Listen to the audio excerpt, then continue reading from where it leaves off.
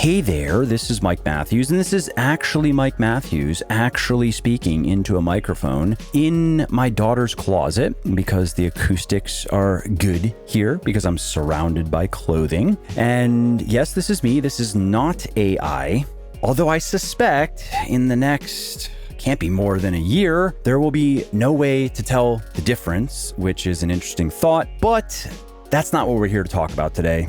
Today's episode is another installment in my Q&A series where I answer questions that people ask me over on Instagram. What I do is post a story, usually every week or every other week, asking people to ask me questions. I go through all of the questions and I pick ones that are topical or interesting and I answer them briefly there on Instagram. And then I bring everything over here to the podcast and answer the questions in more detail. And so if you want me to answer your questions, follow me on Instagram at Muscle Life Fitness and look for that story that I post, again, usually every week or every other week. Submit your questions and I will see them. Now, I get many questions, so I have to skip over most of them. Please don't take that personally, but I will see them. And if any of your questions catch my fancy, then I will answer at least one of them, and I will then talk about it here on the podcast as well. Now, if you have been submitting questions and I haven't answered your questions, again, please don't take it personally. I am mostly trying to pick questions that I know my audience will like, including my podcast audience. And so in today's episode, I'm going to be answering questions about physical performance and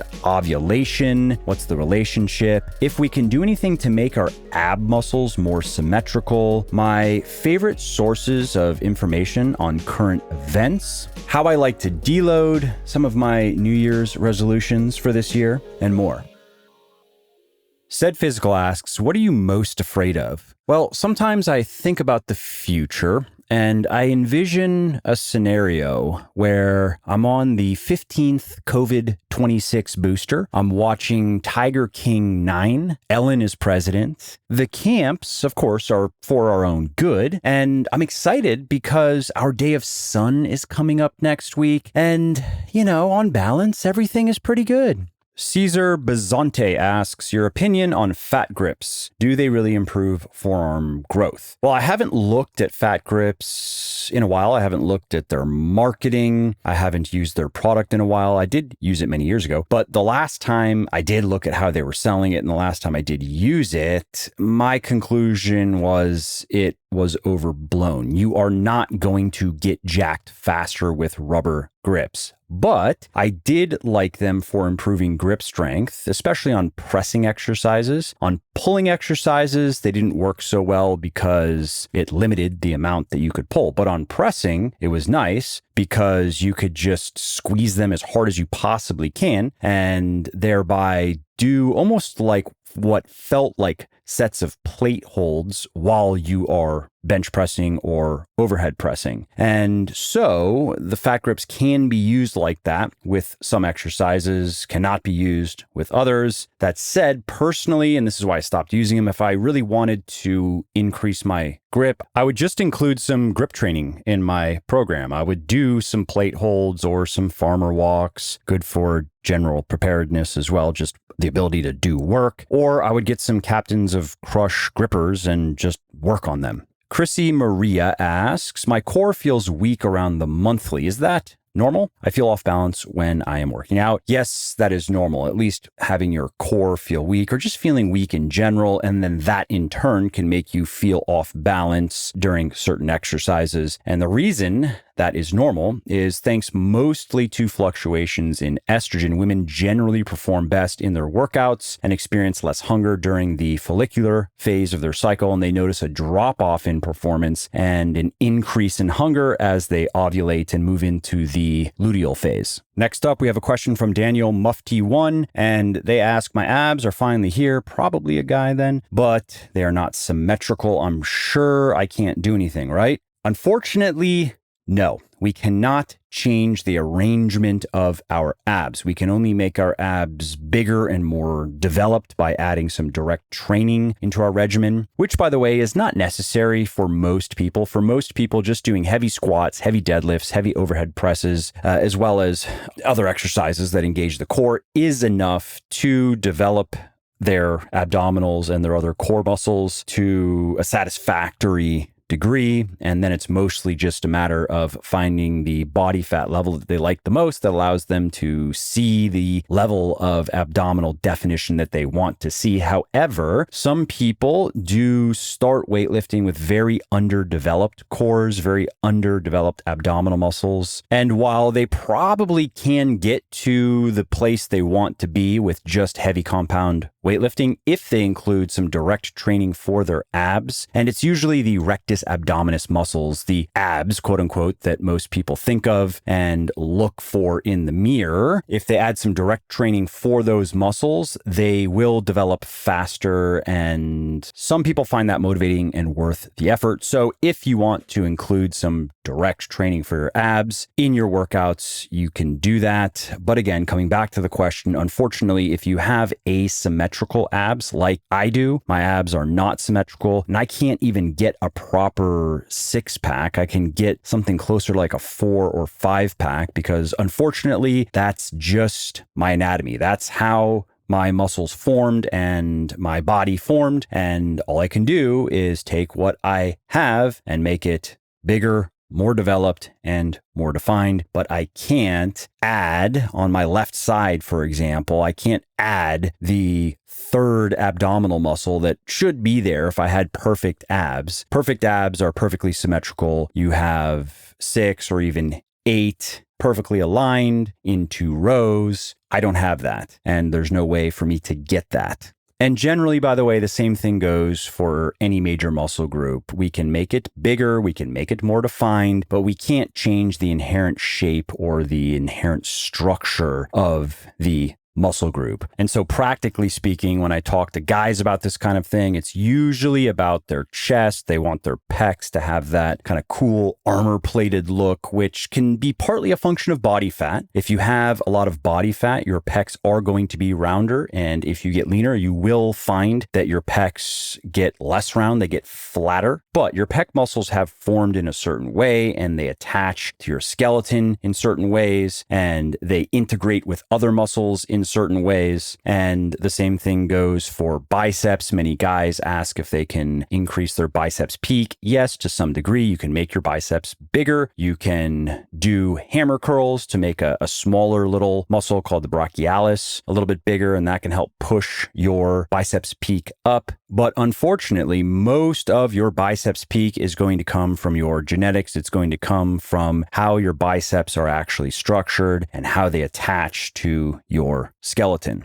And all of that also applies to women, of course, but when I have women asking about this, it is usually more related to lower body, glutes, and quads and hamstrings.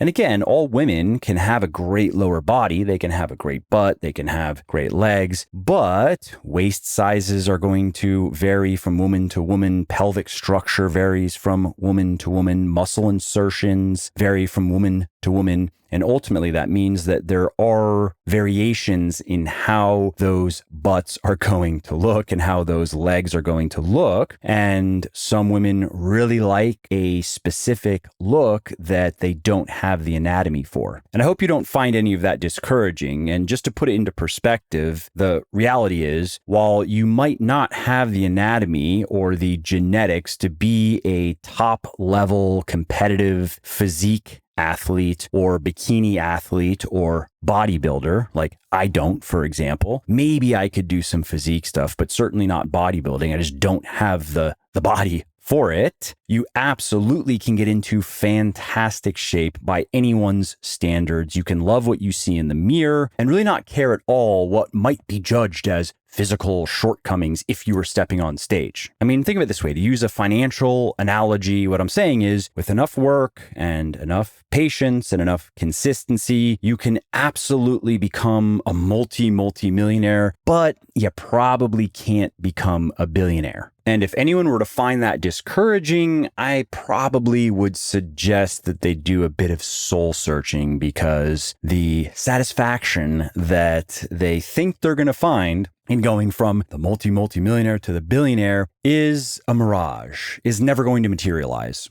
Okay, Dr.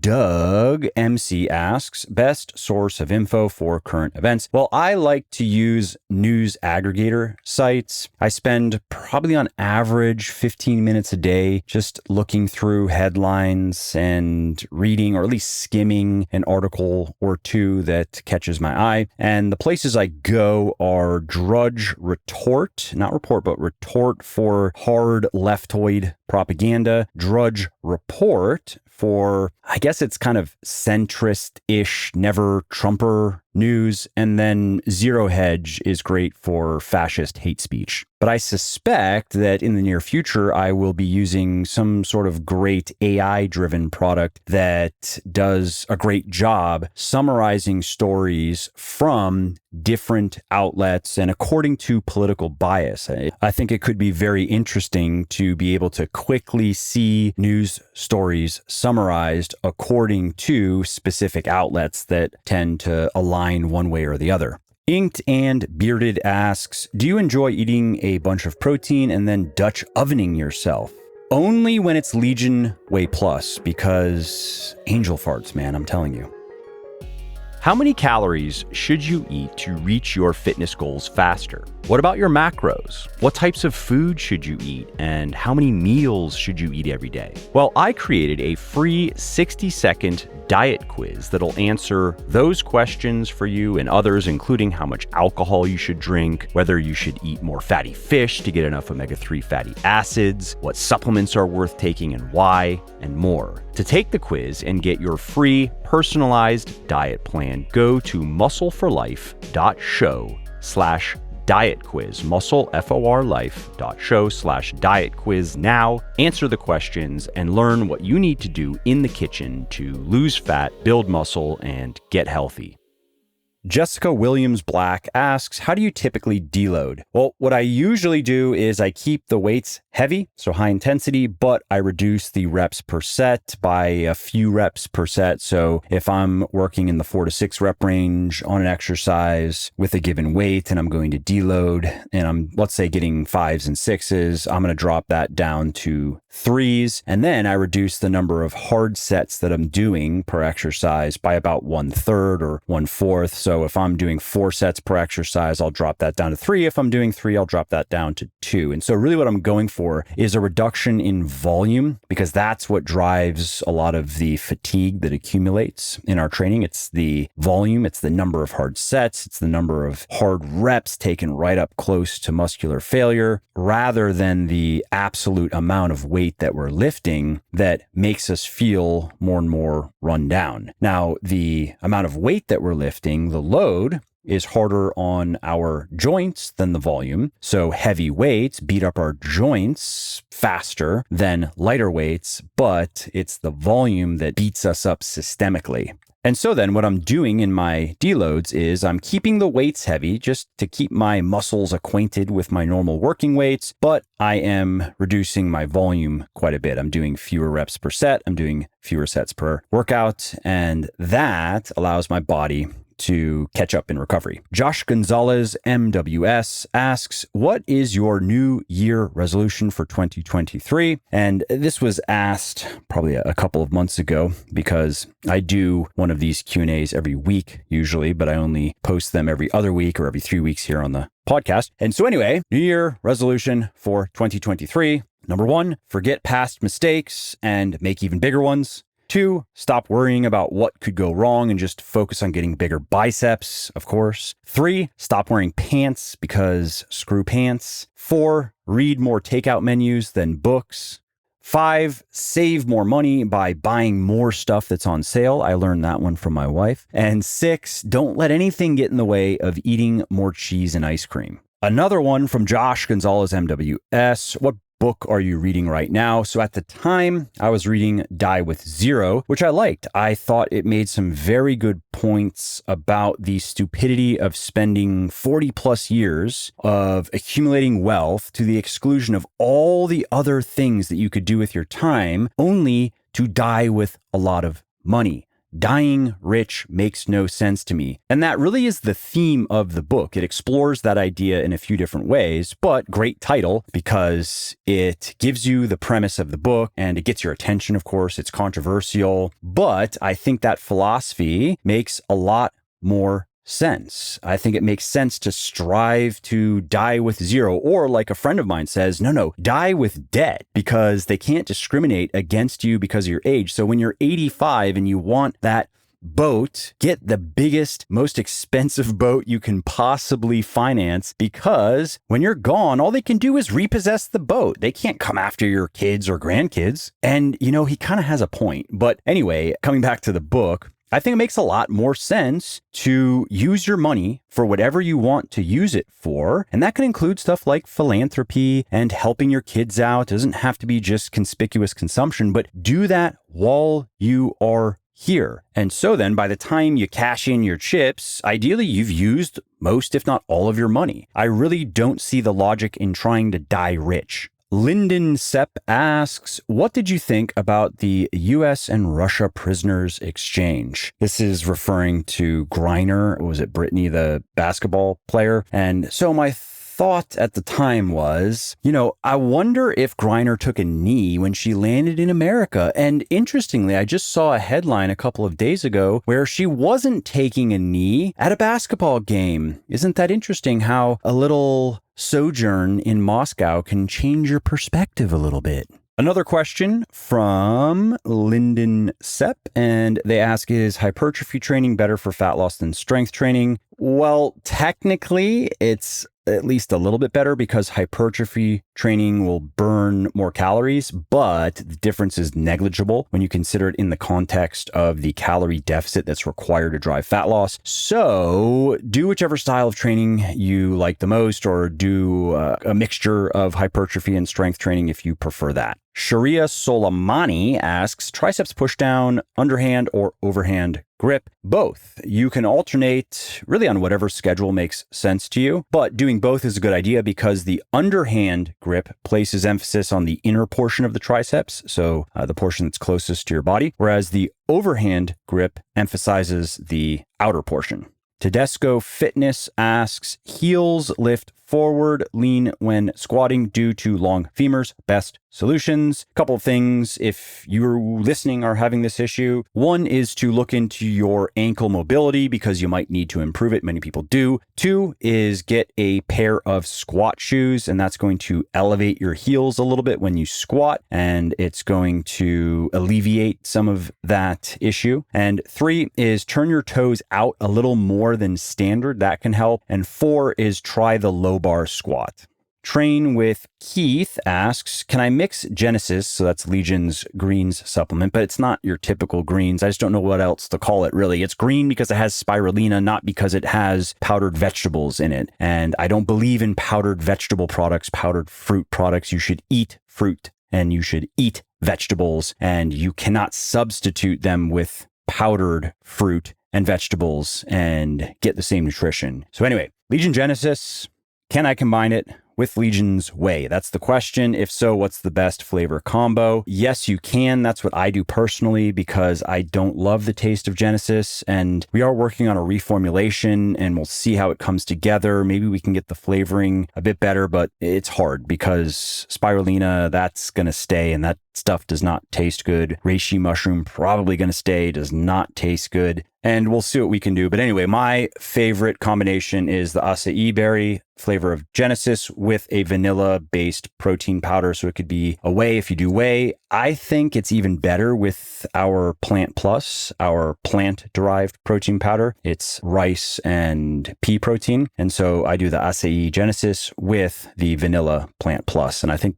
that it's pretty good, actually, but I am weird, so you might not agree with me. Vilma Ved asks, how to lose fat from the legs? All right, so let's answer this one like a meme. Them. How do I lose? 1, face fat. 2, belly fat. 3, underarm fat. 4, thigh fat. 5, lower back fat. 6, love handle fat. 7, butt fat. 8, ad infinitum, me, ketosis. No, I'm just kidding. Detoxing. No, that's not it. Oh, that's right. It's just a calorie deficit. ER22 asks, every session is planned, or is it sometimes just a session better than no session? Well, when you are considering skipping a workout because you don't have time to do a full session or to do the session that you planned, remember that compromising, like doing fewer exercises or fewer sets, or maybe taking less rest in between sets, that always beats surrendering. Great workouts are not always the ones that you asked for.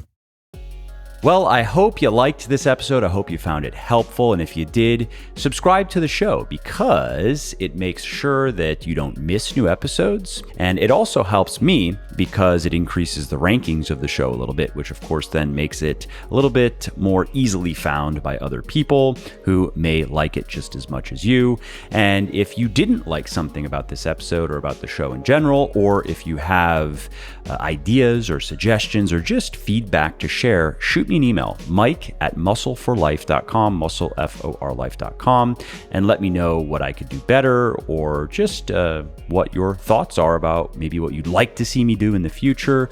I read everything myself. I'm always looking for new ideas and constructive feedback. So thanks again for listening to this episode, and I hope to hear from you soon.